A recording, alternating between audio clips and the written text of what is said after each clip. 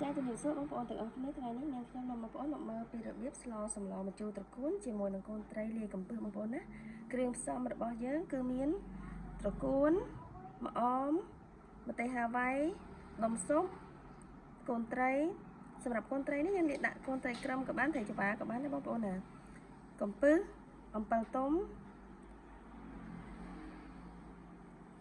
ប្រហុកប៊ីចេងនិងស្ករសសម្រាប់ត្រកួននេះគឺយើងបេះកង់តូចៗចឹងបងប្អូនអ្នកខ្លីៗចឹងមកសម្រាប់អមនេះគឺយើងហាន់ជាកង់តូចៗសម្រាប់ម្ទេសហាវ៉ៃនេះបងប្អូនពុះជា2ចង់យកគ្រាប់ចេញក៏បានចង់ទុកទាំងគ្រាប់ក៏បានដែរបងប្អូនណាតើបងប្អូនយើងចាប់ផ្ដើមធ្វើទាំងអស់គ្នា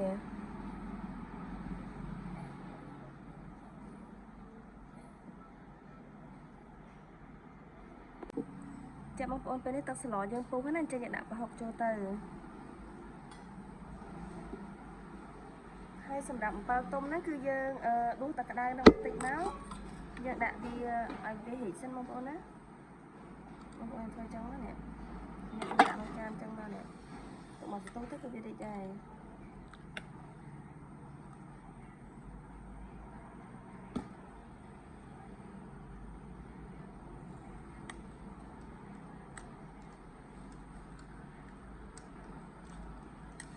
សម្រាប់ប្រហុកយើងជ្រុំវាចឹងបងប្អូនជ្រុំវាសកត់ទៅសកត់ឡើងទៅមកផ្លែហ្នឹងគឺវាជ្រុំសាច់ទៅក្រោមអស់ហើយវានៅសល់តែឆ្អឹងទេបងប្អូនណាហើយសម្រាប់ពពុះដែលមាននៅក្នុងហ្នឹងគឺយើងត្រូវរួចចេញឲ្យអស់បងប្អូនណាត្រូវរួចពពុះនេះចេញឲ្យអស់ប៉ុណ្ណឹងបានបងប្អូននេះដូចហ្នឹងណាដកចេញមក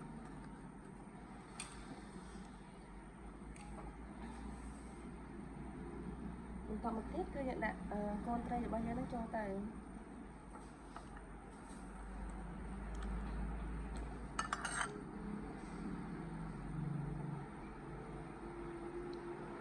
ហើយដាក់កំពឹសចូលទៅបងប្អូនណា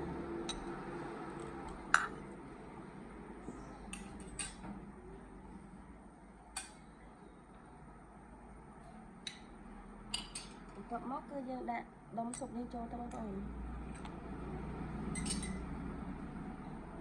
សម្រាប់ប៊ីចេងយើងប្រើដុំស៊ុបចឹងគឺប៊ីចេងស្ករយើងប្រើតិចតិចបានបងប្អូនណាស្ទើចាំយើងដាក់ថែមសម្រាប់ស្ករសបងប្អូនមិនបាច់ដាក់ក៏បានដែរបងប្អូនយើងស្លម្ជូរចឹងណាហើយបងប្អូនចង់ដាក់បន្តិចទៅក៏បានដែរ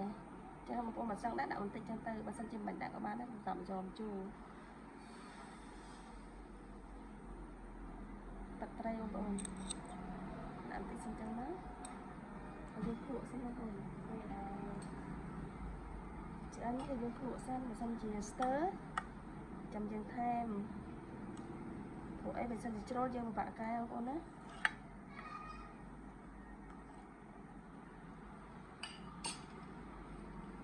បន្តមកទៀតគឺយើងដាក់ត្រកួនយើងចូលទៅបងប្អូនព្រោះអីថៃហ្នឹងយើងមកងាស់យួរបានបងប្អូនណាវាអាចអនុយអស់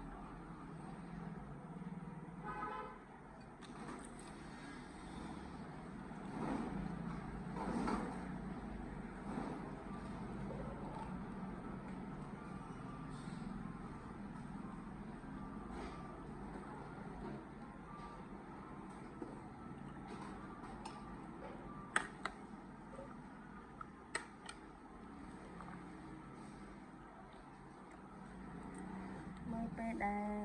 ត្រកួនយើងរៀងទន់បន្តិចហើយគឺយើងដាក់ម្ជូរអំពិលទុំយើងហ្នឹងចូលទៅបងប្អូន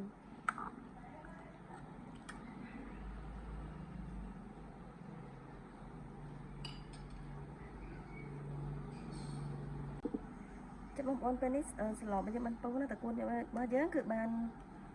ទន់ល្មមដែរអញ្ចឹងយើងដាក់ម្ជូរអំពិលហ្នឹងចូលទៅ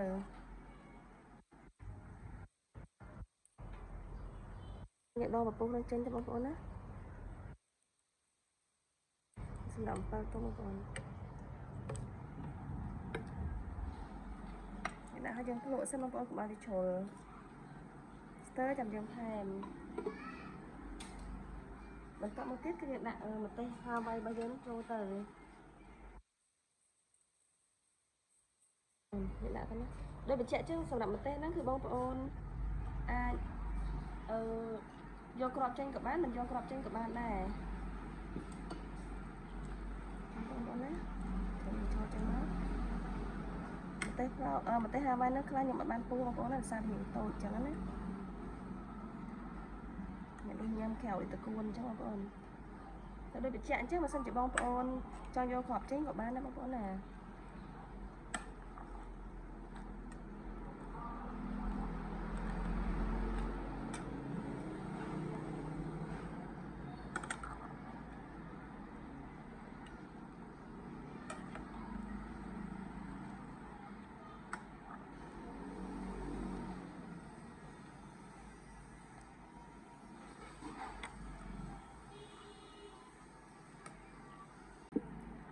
ចាំបងប្អូនបន្តមកទៀតគឺយើងដាក់ម្អមចូលទៅណាបងប្អូនណា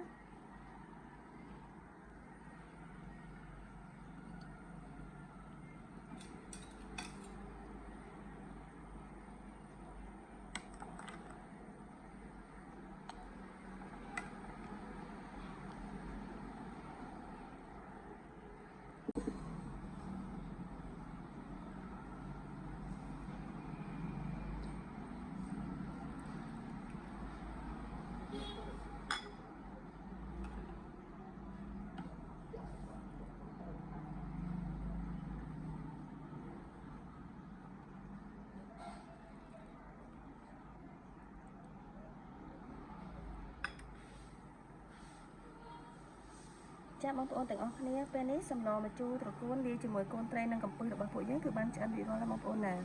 បើសិនជាចូលចិត្តសូមជួយចុច like និង subscribe channel របស់នាងខ្ញុំមួយផងដើម្បីទទួលបានវីដេអូថ្មីៗបន្ថែមអរគុណច្រើន